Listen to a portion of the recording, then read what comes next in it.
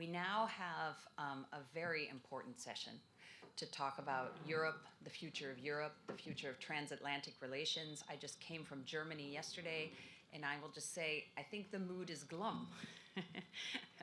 Many European governments having their own issues, elections coming up in France, probably in Germany, Brussels just having a whole new cabinet. So many, many things going on, and we could not feel luckier than to have the distinguished folks we have here to talk about those things. And I'll invite you all please to come up to the stage as I introduce you. Thank you. First, we have Clément Beaune, who is the former Minister of State for European Affairs from France. Enrique Mora, who of course needs no introduction. He's the current political director of the European External Action Service.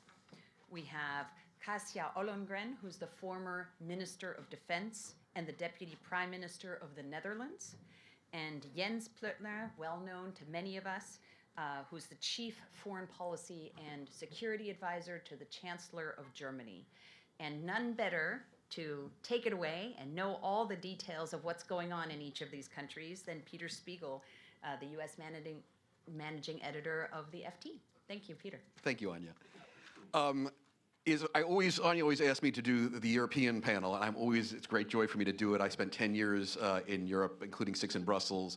As many of you know, just a couple hours ago, the French government fell. So Clément, if you have to go be prime minister, just give me a signal. Okay, good. Let me start, Jens, I'm going to start with you. Like I said, I've been doing sort of panels on European transatlantic security. Gosh, I was in Munich for the famous Rumsfeld appearance about just before the war with Joschka Fischer. And there is always talk of a crisis in transatlantic relations, and obviously the Iraq War was a high one. I will say, though, there feels a little bit different this time. You do have an incoming president, of course we've had him before, but who on the campaign trail seemed to suggest that Article 5 is a transaction, not a treaty requirement, that unless European states pay more, it doesn't matter. I also say this panel is supposed to be from the European perspective, and I think there is also what is different from 2016 is in Europe's own house.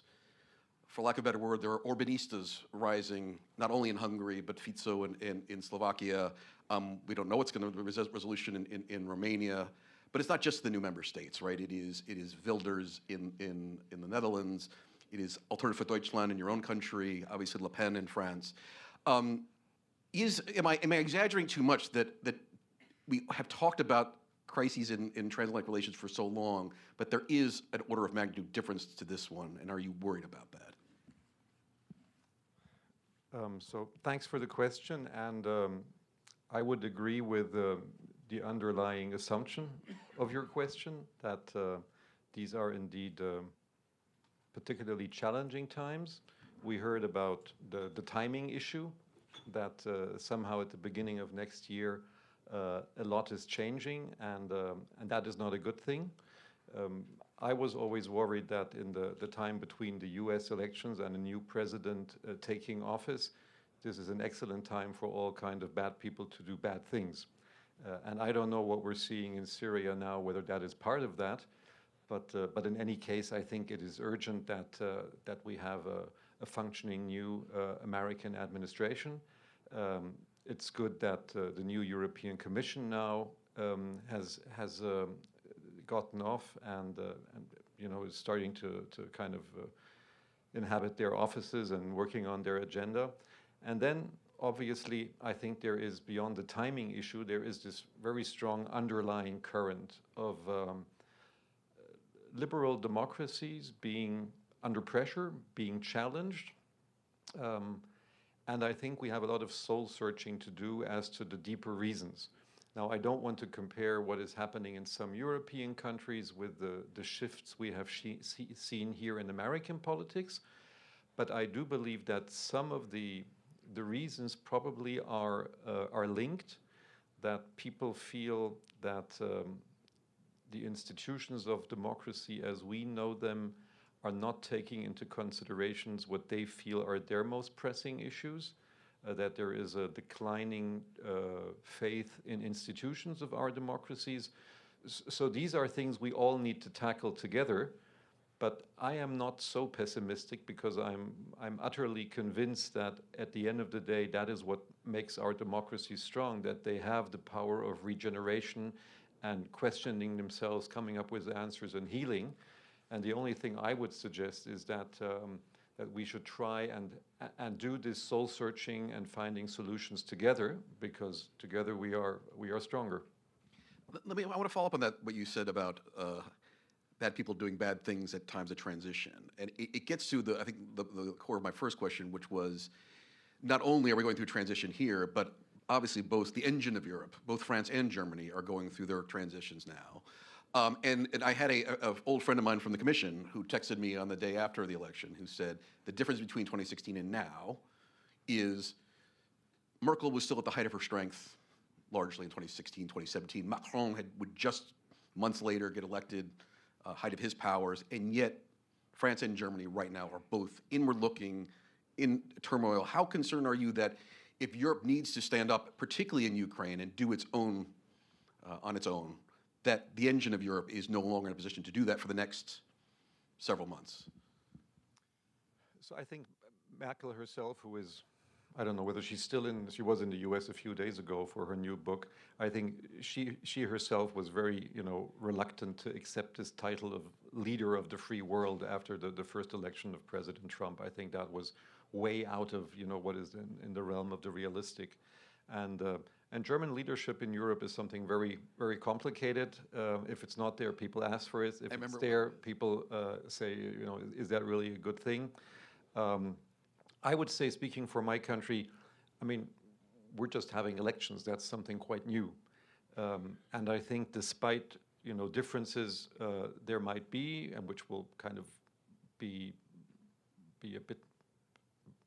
represented a bit more strongly during an election campaign, I would say that the democratic mainstream parties of Germany, when it comes to being pro-European, being pro-Transatlantic, being pro-support for Ukraine, 80–90% there is agreement. And so I would expect, however the elections turn out in February, that you will see continuity. And we hope that our French brothers and sisters will, overcome the difficult situation they are in. But I think Europe has somewhat matured beyond the point of needing one member state to kind of lead. We have a Polish government which is very pro-European and which is willing to assume a more active creator role in the European endeavor. So just take this one example. So it's a challenge, I agree, but I wouldn't say it's a huge problem. Let me ask you the same question, because Jens is not wrong. I mean, I remember so distinctly from my times in Brussels about the conflict about German leadership of Europe. France has never had that problem. And as a matter of fact, when I first got there, Sarkozy was president. The first Ukraine crisis, he was very active on a leadership front. And again, Macron in his first term was also a leader there. France is not in a position to do that right now at a critical time where we could see the U.S. back away from support of Ukraine. How concerned are you that without Germany, without France, that Europe is going to be struggling to form its own support of Ukraine and other crises in the region? Well, thank you very much, and thank you for the invitation. A bit like Jens, I think I've got less experience in French, German affairs and European affairs than Jens, but it's always a bit the same story. It's about French and Germany going together as the description of the transatlantic relation. It's always the worst time ever. In 12 years now working directly on French, German and EU affairs, every couple of chancellor and presidents in Berlin and Paris are described as the worst ever in terms of how they get along, how productive they are, how they manage to work together. Just take the example of 2016, 2017, as you described, I think not so rightly, when Donald Trump was elected for the first time, France and Germany were supposed, as you say, to be stronger than they are now. Not so sure. We were dealing with Brexit, half of our time, so we had less time probably to focus on the transatlantic relation. Merkel went through very difficult times even at that moment, migration crisis and so on. In France, it was not so easy when Macron was elected. Of course, he had more, would say, stamina and support. But 2016, when Donald Trump was elected, we still had François Hollande. It was a time when he was very weak in political terms, domestically. And we had a commission which was ending its term. Now it's a commission which is starting its term, so it has 5 years ahead. I'm not saying that it's easy, but I don't believe in the story that France and Germany would be out of the map, that France and Germany would not be able to work together. It goes also beyond president and chancellor, fortunately. And if we want to have reaction on trade, if we want to have a reaction on Ukraine, I will revert to that, I think we have the possibility to do so. I think there would be 2 or 3 mistakes not to commit in the appreciation of the transatlantic relation. The first would be to think that with the election of Donald Trump, everything would change. Because I think there are long-term trends, of course, including trends that are worrying for us Europeans. For instance, the focus on China, which is a transpartisan, bipartisan thing. The fact that there is a growing gap in terms of competitiveness between EU and the US. It is not something new with the new administration, with IRA, and I would have done the same as a US official. It was good for the US economy, but for Europeans it was a big challenge, let's be honest. The trade tensions will probably increase in the months to come, let's be honest, but they didn't disappear in the last 4 years. So I'm not saying it's not a change, but I'm saying that the kind of approach we have, whether it's EU, whether it's French-German relations, whether it's transatlantic relations, saying that it's day and night, I think it's not exactly what will happen. Jens made the argument that even with the rise, again, my phrase, of Orbanistas in the East and elsewhere in Europe, that German parties in general tend to be more pro-Europe. That is not necessarily the case with Le Pen and whatever Front National is called now. How concerned are you that, given the electoral success in the last National Assembly elections of the Le Penistas, for lack of a better word, and the potential of a presidential election coming down the line, that France itself is going to be subsumed by the same Trumpism, Orbanism that we're seeing elsewhere in the world? If I'm honest, in the next 2 years, 2 to 3 years, until the next presidential election, 2027, I don't believe 1 second that there will be a kind of anticipated or snap presidential election, so it will be 2027. Between now and 2027, it will be a bumpy road. As we saw this afternoon, for the first time in 60 years, the parliament ousted the prime minister. But tomorrow, or maybe Monday, there will be a new prime minister, and the president will remain, and he focuses on European policy, foreign policy. The big trends will remain. So it will be a pro-European government, a pro-EU government, working with Germany, working with other partners, working with Brussels and the Commission, working with the US. As you know, there is a difference between Donald Trump and Emmanuel Macron on a lot of topics. But President Macron was one of the first to call Donald Trump after he was re-elected. And I think the president-elect will be in France the day after tomorrow for the Notre Dame reopening, but also having a discussion with President Macron. So this will go on. So on the fundamental elements of French European commitment, NATO commitment, foreign policy, this will remain the same, to be frank. There will be some changes in economic policy maybe, but not the main elements and the bulk of it. The real concern, if I'm really honest, is 2027, because I think it's a difference with our German partner. In Germany, there will be elections. There can be change, we'll see. But the fundamental elements will probably, in the decade to come, hope so, never been challenged. In France, it can be challenged. It can be challenged by the far left or by the far right. No chance that the far left is in office, but the far right can be. Le Pen could be, or another player of her party. I'm not saying this is my prediction. I think it's avoidable, and we will fight for that.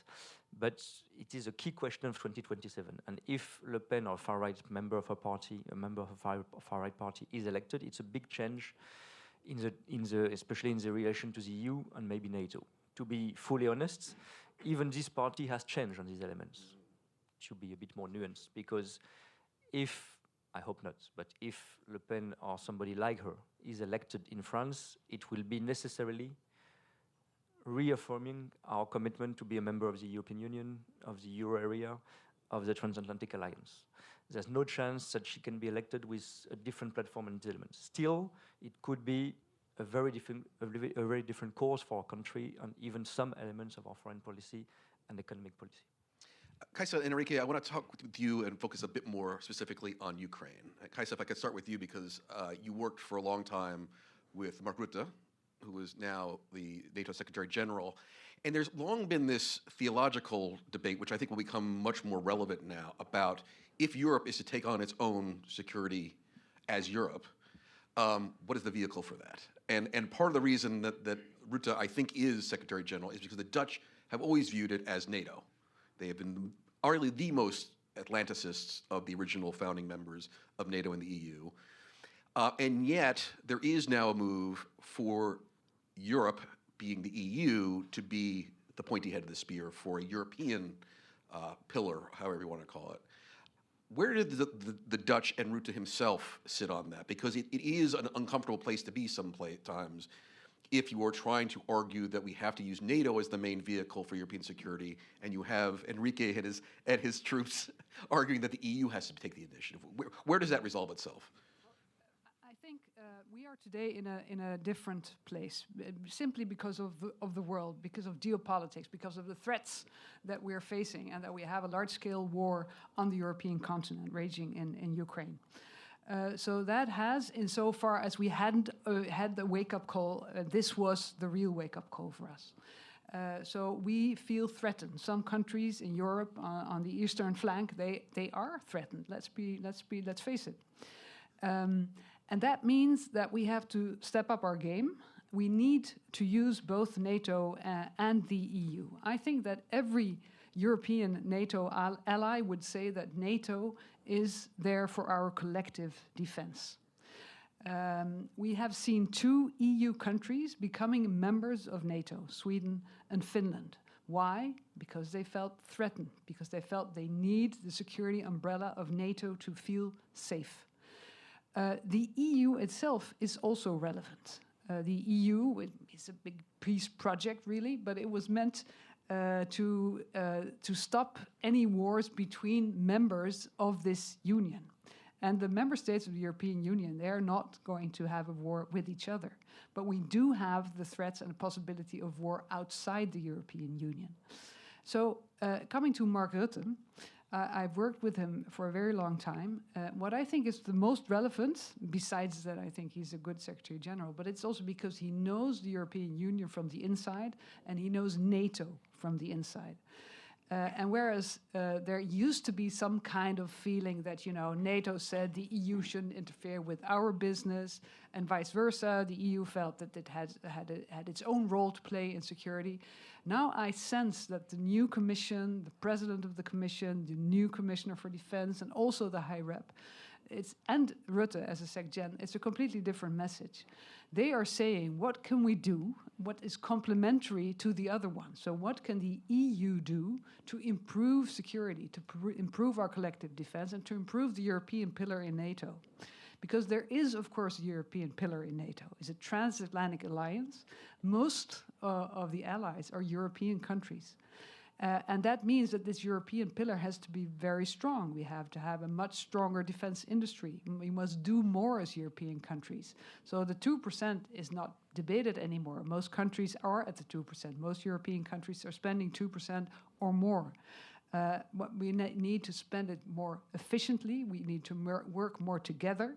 For instance, Germany and the Netherlands, our armies, they are almost completely integrated. That makes us very strong, and it also makes NATO stronger. So the EU is not going to interfere in that military part, but what the EU can do is to use its regulatory instruments, is to use its budgets, to sort of tempt its member states and its industries to do more in a more efficient way, because that way we will improve the European security. And I think it is you see various weak or stronger signals. I think France has now signaled that if we build this European defense industry, if we spend more money on it, we know that we have to engage other important countries like the UK and Norway and the US, of course, because these are our friends and allies. So we will not do it without them, but we have to do it in a smart way. And we have to make sure that this fragmentation that we see in the European defense industry, that we stop that we create European champions that can be global players, and that is also in the interest of the US. So coming back to your question, NATO for the collective defense, but the EU, we need it to get that defense industry in Europe up to speed. And we need it. We need Rutte and we need von der Leyen, who understand each other, to focus on those things that we need from both organizations to improve security really for all of us. Let me follow up, because you I guess discovered the secret reason I asked you the question, because part of the reason I've always believed that the Dutch have been so Atlanticist and been somewhat more skeptical about the EU is, let's be honest, the Dutch tend to live up to stereotype. They worry about resources. They're a little bit cheap. And the issue of resources, is a major issue for Donald Trump, right? This is going to come out, and it's not, again, let's be honest, it wasn't just Trump. I remember I was in Brussels when Robert Gates, his farewell speech in Brussels under the Obama administration, he said, beware, I am of the generation, the last of the generation that fought side by side with Europeans on this continent. You're not going to have that again. Talk to me about that concern, because you said 2% is no longer a question. But if you see a withdrawal of the U.S., and it's not just in Europe, it's the same thing the Japanese are dealing with in Asia, Europe will have to spend more for its own defense and for Ukraine. Is there the political will in the Netherlands and elsewhere to step up and fund that defense? Well, it depends on who you ask, I would say. But I think that for me, the main point is that the threat is real. And because the threat is real, we have to make sure that we have the defense and the deterrence in place. And that costs money. The 2%, I'm also convinced it's not enough. And if the Europeans need to do more, that means we have to spend more on defense. I do believe we can spend it more efficiently. We can do more together. We can do more jointly. We can do joint procurement, joint capability development, so that we can create economies of scale. All of that we have to do. But for me, also helping Ukraine, making sure that they get the arms and the ammunitions that they need. We do it for Ukraine, but we also do it for our own safety in Europe. So it is a question of political will. It is a question of how to convince our voters that this is the right thing to do, to have a longer-term perspective, because it might seem nice, on the short term, have peace in Ukraine. You don't have to spend all that money on the ammunition and the weapons for Ukraine.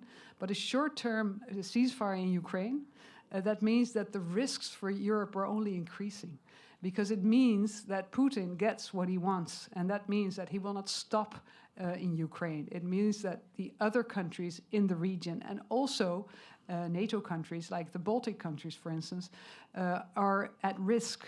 And if you look at it that way, then it's smart to spend more. And we will give President Trump the credit for incentivizing us to spend more on Ukraine. And I think also it was late, the wake-up call with the large-scale invasion. There had been wake-up calls before where we pressed the snooze button. But now it's for real. In my own country, in the Netherlands, we always have coalition governments. And even in this coalition, where the party of Geert Wilders, you mentioned him, he is part of this government. But the others have forced him to continue the support for Ukraine and to continue our commitment to NATO. And we will always have coalition governments. And I think there is a broad societal and political consensus that this is the right thing to do. So yes, we may be frugal, or that is our, that is what they call us. But we are willing to do this. Enrique, let me ask you the same question, but a slightly different way. You have a new boss, too, the High Representative Kallas, who is from one of the Eastern European countries, essentially Eastern European countries that you mentioned, has been very tough on Russia and Ukraine. I must say, in the short time I've been away from Brussels, I've been amazed at the ability of the EU to pull together and create a fund for aiding Ukraine. And yet, in the House, the Hungarians in particular, have made the ability of the EU to distribute and collect those funds incredibly difficult. And you have France, you have the Netherlands, you have increasingly, Italy seems to have gone the right way. We were worried about Meloni for a little bit, but she turns out to be on the right side. How difficult is it within the European project to continue to be as aggressive as the EU has been, surprisingly aggressive, on Ukraine, when you're starting to have these I don't want to say Russian agents, but elements within our political system that clearly are trying to work against the overall effort. Yeah, thank you. There is no other option. I mean, it's, as you said, we had been over the last 5 years when Russia aggressions against Ukraine, we defined a clear policy which was completely different from the past. For the first time in history, the European Union provided weapons to a country fighting. The reason is clear, is Russia and Vladimir Putin is an existential threat for the European Union. It's what you said, is reality. If Putin wins, we will lose. All of us will lose. So we have to avoid that. We engage financially, militarily, diplomatically in every single way, and that has to continue. As you mentioned, now the new Secretary High Representative is particularly vocal on that. The policy is going to continue. We are going to continue supporting Ukraine in every single respect. If allies do different things, we will be obliged to increase our effort. And we will do it, because it's not a question of choice. It's a question of whether European Union can stay the way it is, the project it is, or not.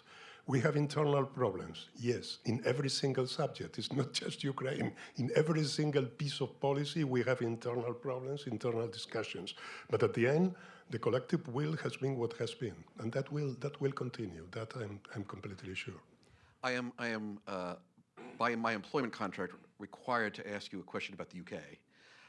But I think it's relevant in this case because I had an old friend of mine who was a source of mine in the commission who was through New York, and I said to him, God, isn't it too bad that at this time when, along with France, Britain is probably the most capable military and the most aggressive, frankly, on Russia-Ukraine, that they're not in the House anymore. And his reaction was very interesting. He says, no, that's a good thing. They were always the problem child. Do you really think the EU would have been able to pull together, create the fund, if Britain was in the House? Let me put that to you, because I do think as we see the Hungarians and others rise and cause problems within the family, I would argue having Britain inside with storm shadows and being a voice inside the House would have been better. I'm curious if you have a view on Britain in or out, and whether they've been better or worse at this time of crisis. Brexit was a nightmare. It was something that we didn't want. Obviously, British people voted for that. From then, we have been, let's say, adapting to realities. And this is the key. There are realities. The world, as you said before, is much more complex. It's incredibly difficult for us, and it's also for the United Kingdom. Already with the Conservative government, we experienced this approach. The moment that Brexit was there, it was implemented. There was no way back. Everybody felt, okay, now we have to approach back again, because it doesn't make any sense the opposite. With the new Labour government, this is even happening faster. So we will cooperate. It's a question of, you mentioned before, defense in the European Union. Basically, it's about, for the time being, an industrial thing. Listen, at the time of the pandemic, we discovered that we didn't produce a gram of paracetamol. Do you remember what the doctor told you when you got COVID? Go home and take paracetamol. We didn't produce a gram. When the war in Ukraine started, we realized that we didn't have ammunition enough to provide to Ukraine. An industrial powerhouse, we didn't have the capacity to produce that ammunition. This is what European defense is about now. And the British are instrumental in that, and we will cooperate on that. And Brexit is a different thing, because now what we have is a common threat, and we will act together. Clément, you want to address that? No, I have to apologize to your country, because I was one of the nasty negotiators from France. Okay. Not to UK, you mentioned, sorry. Because I was one of the tough guys in the room when we had to negotiate for 4 years the Brexit deal. But at the time, even President Macron proposed that we have a security cooperation within this agreement that we signed late 2020. It was not possible for different reasons, also for domestic reasons in the UK. Boris Johnson at the time didn't want that. And probably on the EU side, we didn't push strong enough for that because the necessity of this security cooperation and an organized framework of cooperation was not as strong as it is today and after the start of the Ukraine war. But we definitely need that. It's strange to think that we have summits from the EU with China every 2 years, with the US every year, with Canada, with ASEAN, and so on. We don't have anything with the UK. I'm not a big fan of having a diplomatic meeting for having a diplomatic meeting, but it says something, which we have not enough worked on the security framework we need to have as EU with the UK. And I think we should definitely complement as soon as possible the treaty we signed with the UK with a security chapter, saying that whenever we have sanctions, on Russia, for instance, we need to coordinate. We do actually, but in a more organized manner. If we want to ramp up our efforts in support of Ukraine, which we will need on the European side, Europe meaning EU plus UK, obviously, we need to have an organized format, and so forth on climate, on trade. If we have a trade tension with the US, probably it will also apply to the UK, so we need that. So really on that, I'm a big proponent of having a security treaty, chapter, whatever you call it, and formats. We do it in an informal manner, and it works, of course, but we need to go further with the UK and in the EU-UK security and defense cooperation for sure. And the new administration in the US is probably a trigger or something which speeds up the necessity of this. Jens, let me go back to you. And I know this is probably unfair because every panel I moderate when I was in Brussels and the German minister was on, they would always complain, why was everyone criticizing Germany? And I used to say, I'm American. Welcome to being a superpower. And in many ways, Germany is the biggest economy in Europe and it is always looked to for leadership. And I think the narrative is that post-2014 and the original Ukraine crisis, it was Merkel, and I know you said that she never liked the term being leader of the free world under the Trump administration, but she was looked to as that. And the criticism has been that Olaf Scholz has not been, that he has in many ways downgraded Germany's status in that regard, particularly when it comes to the Ukraine war. He has only just gone to Kiev when other leaders have gone multiple times. Is that an unfair criticism of the way Scholz has led or not led Europe on this crisis? As I tried to make the point earlier on that the way I look at the EU today, it has developed, and I mentioned the example of Poland, Italy, as you said, with Prime Minister Meloni playing a strong pro-European role. So I think it's a different setup than 10 years back or whatever, when Mrs. Merkel was chancellor. On Ukraine, I think we have all collectively lived up to the responsibility. I think a lot of countries have undertaken tremendous efforts. Our Dutch neighbors and friends have, the Poles, the Baltic countries, and Germany is the single biggest spender when it comes to aid to Ukraine and also when it comes to military aid. And I would invite you to consider that for my country, the way we moved from being a country which, due to historic self-restraints, never delivered weapons into areas of conflict, to now delivering weapons to the value of 7 billion euro, delivering weapons even our own army doesn't have yet because they are top-notch, prioritizing delivery to Ukraine when it comes to where does air defense system go, to the Bundeswehr or to Ukraine. So I think Chancellor Scholz has taken the German population with his historic innovations we have for a long ride into uncharted territories. And while doing so, he was always mindful of maintaining public support in order for this support for Ukraine to be lasting and not to erode quickly because we lack public support. And today, I mean, the polls go back and forth, but roughly I would say 60% of the Germans say, right on, that's the good course. 20 say it's too little, 20 say it's too much. But as long as we have this kind of very solid structure, we are able to continue supporting Ukraine diplomatically, militarily, and financially. And I think that is so important, because being able to tell Putin, like the Chancellor told him a few weeks ago in this phone call, listen, if you only watch the news, democracies might seem messy, but do not underestimate our standing power. You cannot wait us out. We will continue to support Ukraine. And so I think, having done that, I mean, voters will judge in a few weeks, but having lived it from the inside, this was quite a rough ride Germany went on, and I think, you know, we can say I hope one will say later on we lived up to our responsibility.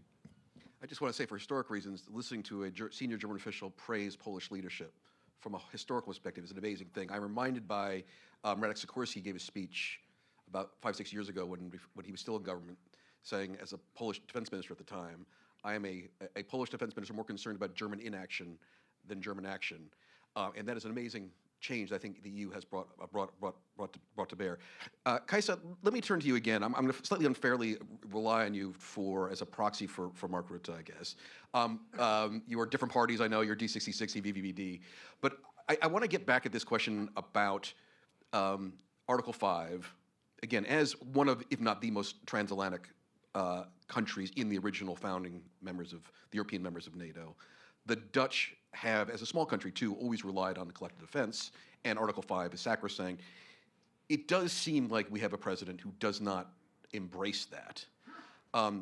When you listen to that and you hear that on the campaign trail, what is the reaction in the Netherlands? What is your reaction? And if you could say, how does Rutte hear that?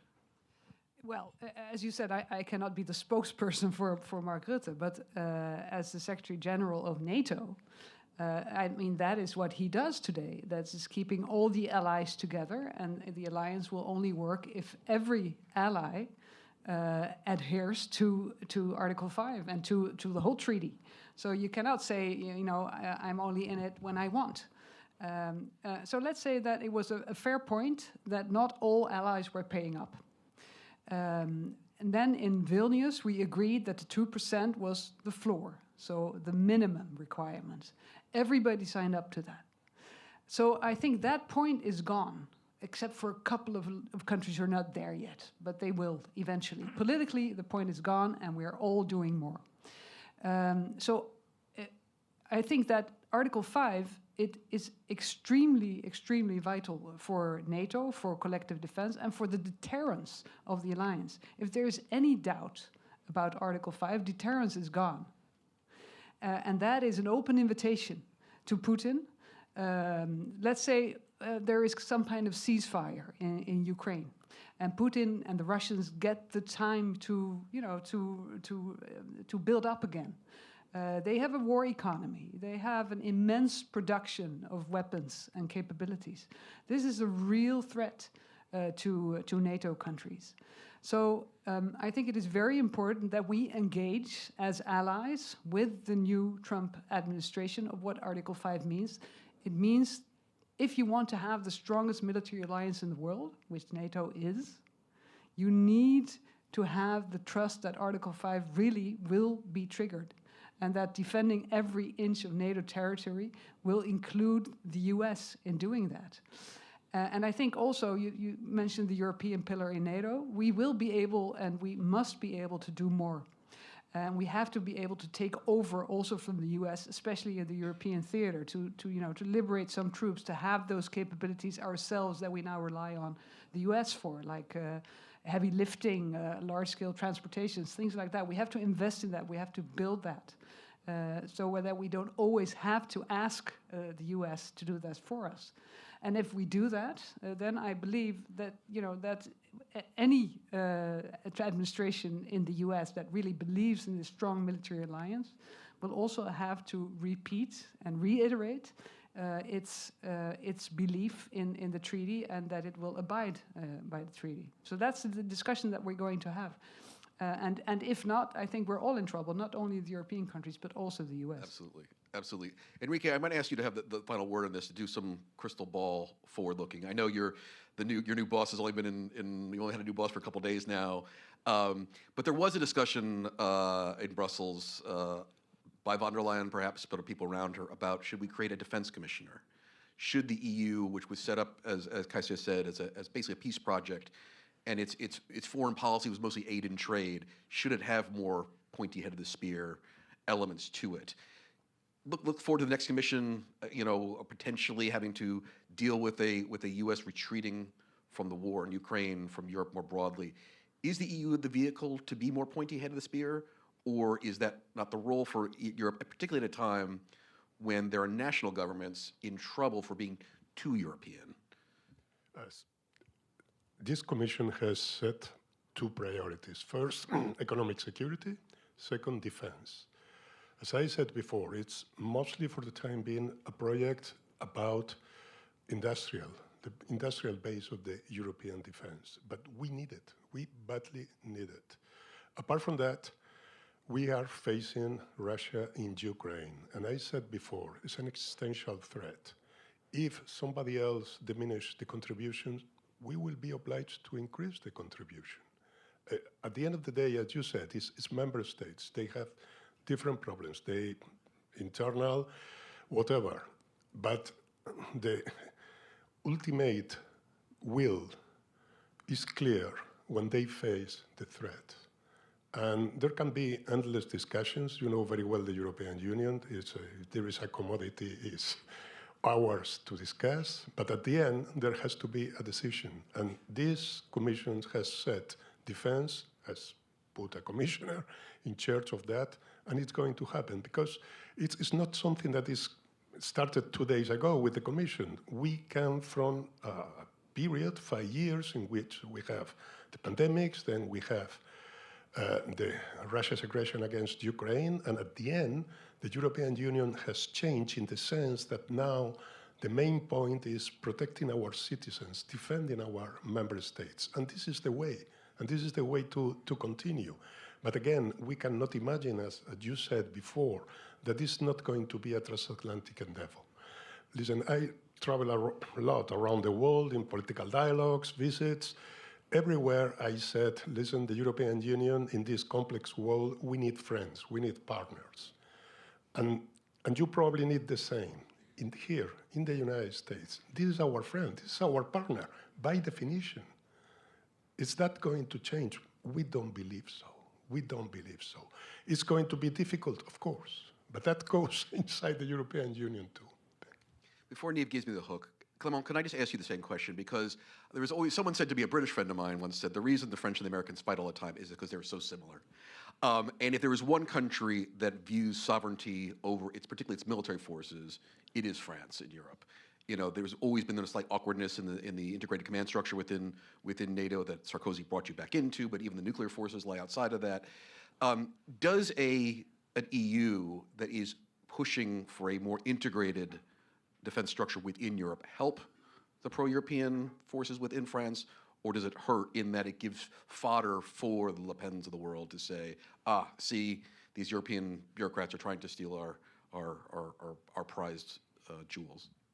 No, on defense, but more broadly speaking, I think it would be an illusion to think that we would defeat the anti-EU parties, political forces, with more shyness on Europe, to be frank. I'm not saying we have to be crazy to say that we will centralize everything, and we don't mean that, and so on. But we saw that in 2016. Don't want to be back in the Brexit moment, but 2016, when President Macron created from scratch a political party, a political platform, it was a time when Brexit had happened, and when Donald Trump was elected for the first time. And he said, I'm pro-EU, which was totally crazy to be pro-EU in French politics at that moment and to talk about European sovereignty.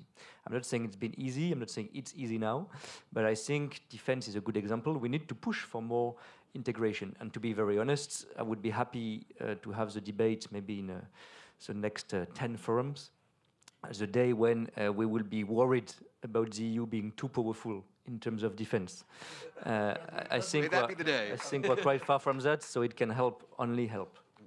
But just to final note on that, on the French-German dimension of this European defense, which is NATO, which is EU with its own tools, which is also national efforts. Angela Merkel and Emmanuel Macron in 2016 decided to launch cooperation on 2 big industrial projects. This cooperation, and Jens knows about it, is a nightmare. Saying that, no, but I'm honest saying that, saying it's a bad idea, it's a very good idea, but it's very difficult because we start from nowhere. Our industrials don't like working together, have no habit of working together, and our Ministry of Defense is the same. But it's vital that we go to the end of these projects, because if we don't have the habit of cooperating together on industry, France and Germany, but beyond, with Poland, other players, Netherlands and others, we will never create a strong European pillar of defense. So even if it's complicated, we have to go through this.